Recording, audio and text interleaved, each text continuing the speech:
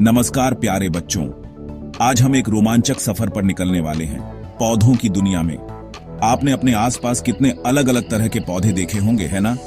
कुछ छोटे, कुछ बड़े, कुछ जमीन पर फैले हुए और कुछ ऊंचे पेड़ों की तरह। कभी आपने ध्यान से देखा है कि इन सभी पौधों में क्या क्या अलग होता है?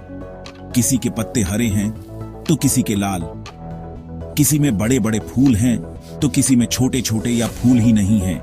आज हम इन्हीं पौधों के बारे में विस्तार से जानेंगे और समझेंगे कि ये एक दूसरे से कैसे अलग हैं और इनके कौन कौन से भाग होते हैं। तो चलिए, हो जाइए तैयार।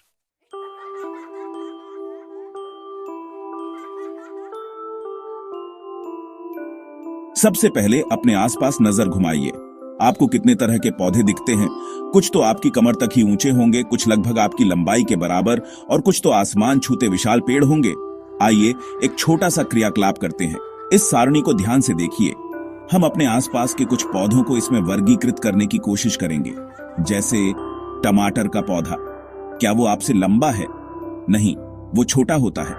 उसका तना कैसा होता है? हरा और कोमल। और शाखाएं, वो तने के ऊपरी हिस्से से निकलती हैं। अब बात करते हैं आम के पेड़ की। वो तो बहुत लंबा होता है। उसका तना कैसा होता है?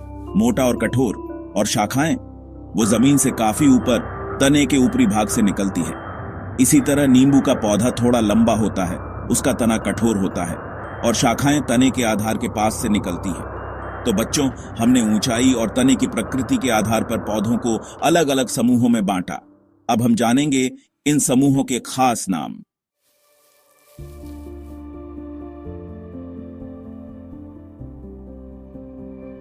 जिन पौधों का तना हरा और कोमल होता है और जो आमतौर पर छोटे होते हैं, उन्हें हम शाक कहते हैं। इनमें ज्यादा शाखाएं भी नहीं होती। जैसे कि टमाटर का पौधा, पालक, धनिया, ये सब शाक हैं। कुछ पौधे ऐसे होते हैं जिनकी शाखाएं तने के निचले हिस्से यानी जमीन के पास से निकलती हैं। इनका तना कठोर तो होता है लेकिन ज्यादा मोटा नहीं होता।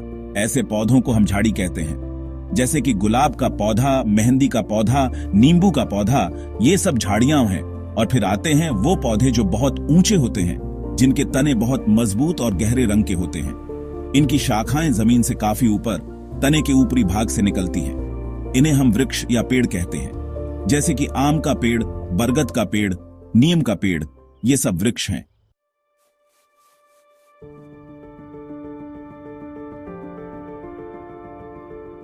इनके अलावा कुछ पौधे ऐसे भी होते हैं जिनका तना बहुत कमजोर होता है और वो सीधे खड़े नहीं हो पाते।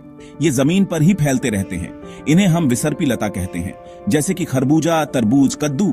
और कुछ पौधे ऐसे होते हैं जो किसी सहारे जैसे दीवार या डंडे की मदद से ऊपर चढ़ते हैं। इन्हें हम आरोही कहते हैं। जैसे कि मनी प्लांट, अंगूर की बेल, लौकी की बेल।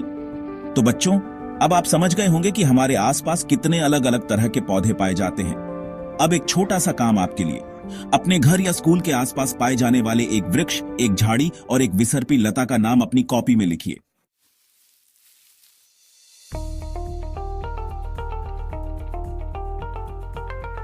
अब हम पौधे के अलग अलग भागों के बारे में जानेंगे। सबसे पहले बात करते हैं तने की। तना पौधे का वह भाग है जो जमीन के ऊपर सीधा खड़ा रहता है। इसी पर पत्तियां, शाखाएं, कलियां, फल और फूल लगते हैं। क्या आपने कभी सोचा है कि तना क्या काम करता है? आइए एक छोटा सा प्रयोग करके देखते हैं। एक गिलास में थोड़ा पानी लीजिए और उसमें कुछ बूंदें लाल स्याही की मिला दीजिए। अब एक शाकीय पौधे का तना लीजिए और उसके निचले सिरे को ब्लेड से थोड़ा काट दीजिए। फिर इस तने को स्याही वाले पानी में डाल दीजिए। इसे अगले दिन तक ऐसे ही रहने दीजिए। अगले दिन आप क्या देखेंगे? क्या पौधे के कुछ भाग लाल रंग के दिखाई दे रहे हैं? हाँ, आप देखेंगे कि तने में यह लाल रंग ऊपर चढ़ गया है। और अगर इसे ज्यादा देर तक रखा जाए तो पत्तियों और उनकी नसों में भी यह रंग पहुंच जाएगा। इससे हमें क्या पता चलता है? इससे पता चलता है कि तना पौधे में जल को ऊपर की ओर ले जाता है। जैसे हमारे शरीर में नसें खून को ले जाती हैं, वैसे ही तना पौधे में पानी और उसमें घुले हुए खनिजों को जड़ों से पत्तियों और दूसरे भागों तक पहुंचाता है।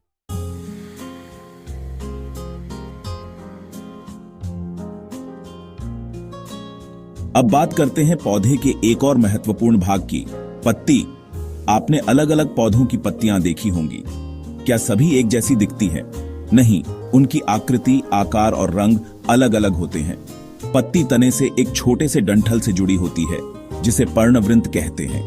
और पत्ती का जो छपटा हरा भाग होता है उसे फलक कहते हैं।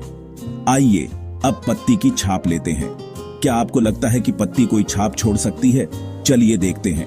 एक पत्ती को सफेद कागज के नीचे रखिए और उसे कसकर पकड़ लीजिए। अब एक पेंसिल को तिरछा पकड़कर कागज के उस हिस्से पर धीरे धीरे रगड़िए जहां नीचे पत्ती है। देखिए, आपको कागज पर कुछ रेखाओं की छाप दिखाई दे रही है। ये पत्ती की नसें हैं जिन्हें शिराएं कहते हैं। पत्ती के बीच में जो मोटी नस होती है उसे मध्य शिरा कहते हैं।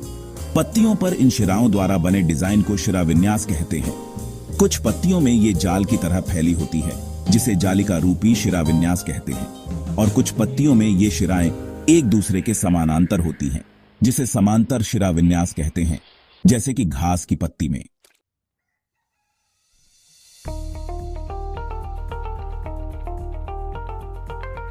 अब जानते हैं कि पत्तियां क्या काम करती हैं। पत्तियों का एक बहुत महत्वपूर्ण काम है वाष्पोत्सर्जन। इसका मतलब है पत्तियों से पानी का भाप बनकर निकलना। आइए इसे भी एक प्रयोग से समझते हैं। एक स्वस्थ हरे पौधे की पत्ती वाली शाखा को एक पारदर्शी पॉलीथीन की थैली से ढककर धागे से बांध दीजिए। एक खाली पॉलीथीन की थैली को भी धागे से बांधकर धूप में रख दीजिए। कुछ घंटों बाद दोनों थैलियों को ध्यान से देखिए। आप देखेंगे कि जिस थैली में पत्ती थी उसके अंदर पानी की छोटी छोटी बूंदें दिखाई दे रही हैं। ये बूंदें कहां से आईं? ये पत्ती से निकली हुई जल वाष्प हैं। इसी प्रक्रिया को वाष्पोत्सर्जन कहते हैं। पौधे इस तरह से बड़ी मात्रा में पानी को हवा में छोड़ते हैं।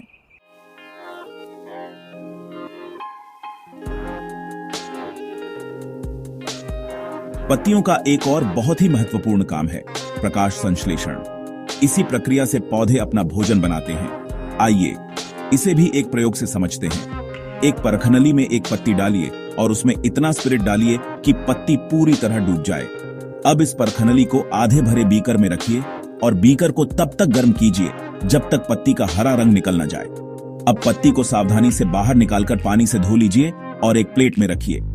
इस पर आयोडीन विलयन की कुछ बूंदें डालिए। आपने देखा, पत्ती का रंग नीला काला हो गया। क्या आपको याद है, हमने पहले अध्याय में पढ़ा था कि आयोडीन मंड स्टार्च की उपस्थिति का परीक्षण करता है। नीला काला रंग बताता है कि पत्ती में मंड मौजूद है, लेकिन ये मंड पत्ती में कहां से आया? पत्तियां सूरज की रोशनी और हरे रंग के एक पदार्थ जिसे क्लोरोफिल कहते हैं की मदद से अपना भोजन बनाती है। इस प्रक्रिया में वे पानी और कार्बन डाइऑक्साइड का उपयोग करती हैं और ऑक्सीजन गैस बाहर निकलती है। इसी प्रक्रिया को प्रकाश संश्लेषण कहते हैं। पत्तियों द्वारा बनाया गया भोजन ही मंड के रूप में पौधे के विभिन्न भागों में जमा होता है।